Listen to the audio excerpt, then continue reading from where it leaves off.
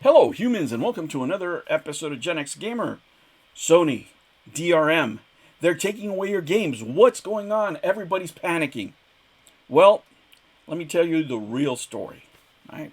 This is a business proposition. This is a long-term strategy that Sony has. They want you online. But first, before I explain to you the reasons why, let's go over the history of the PlayStation. PlayStation, of course, is a subsidiary of Sony.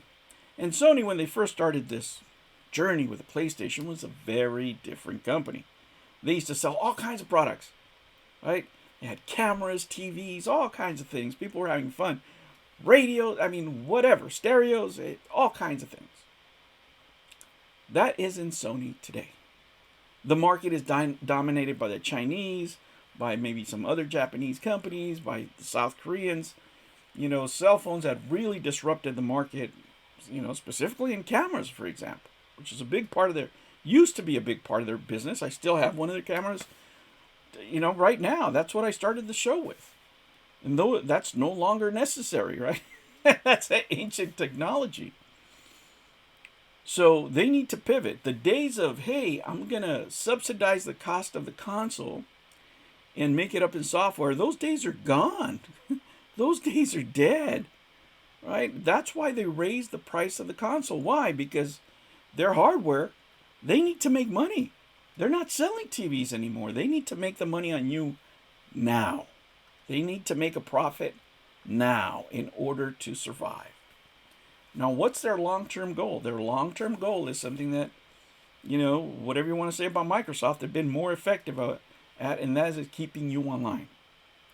All right? They need to keep you online. What are the numbers for Sony? Sony, just off the top of my head, they have like 115 million or something PlayStation 4s out there, 50 million PlayStation 5s, just rounding off numbers, guys, that are out there in the ecosystem. Out of those, about 100 million people play online. Right? They play online games. Here's one thing, though. Only about 30% of people that play online are actually subscribers. It's not a great number.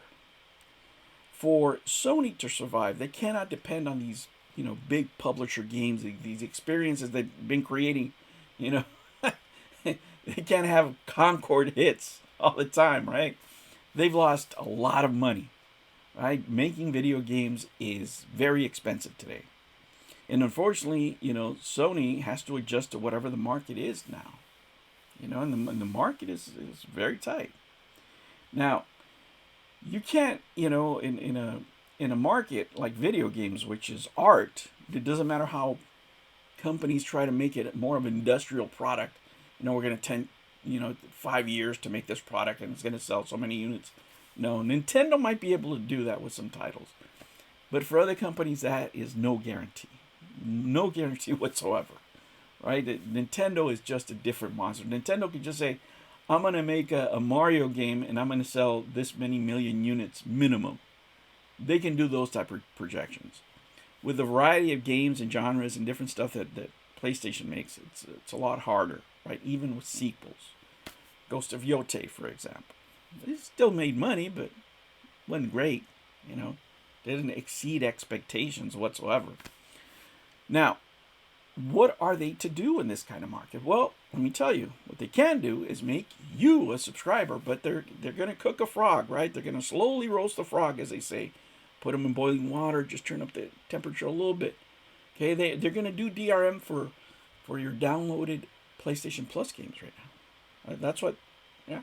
You download them, you think you're yours. They're not yours. They're only yours as long as you're a subscriber. You get to use them as long as you're a subscriber. Now you can see why I'm such a big fan of this. Let me just pull out a random headline here. What do we have? PlayStation gets new DRM update and your PS5 games can vanish after 30 days. That's right, those downloaded games, if you're not online, they go away and right quick. So they want to make people used to the idea of being online to enjoy their favorite games, to enjoy, bonus content, whatever it is. But they really need you on there because they really need those microtransactions.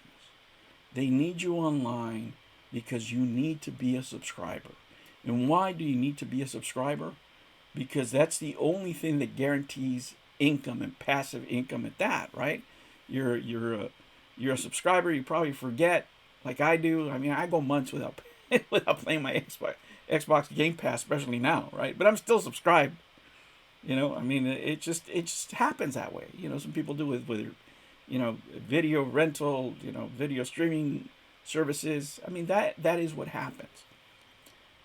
But it's the only way that Sony will survive for the next 15, 20 years because they can't do it on games alone. Eventually, the devices are going to become so powerful that they're going to, especially mobile devices, right? You're going to be able to play those PlayStation games on your handheld. They whether they want to admit it or not, at some point they're going to have to put them on there, right, as part of the service, right? And that's how you're going to get them on there. They need you on there because they need guaranteed income every month so they can operate efficiently. That's what all companies want to do. That's what all these companies want to do. That's what if they hired me, that's what I would recommend them to do, right? Rather than, trying to, come up with all these, hey, let's do another Concord 2. No. You know what we'll do? Well, let's get them on roll here. They're going to subscribe to our service, and we're going to give them some games from the past, right? Okay, if you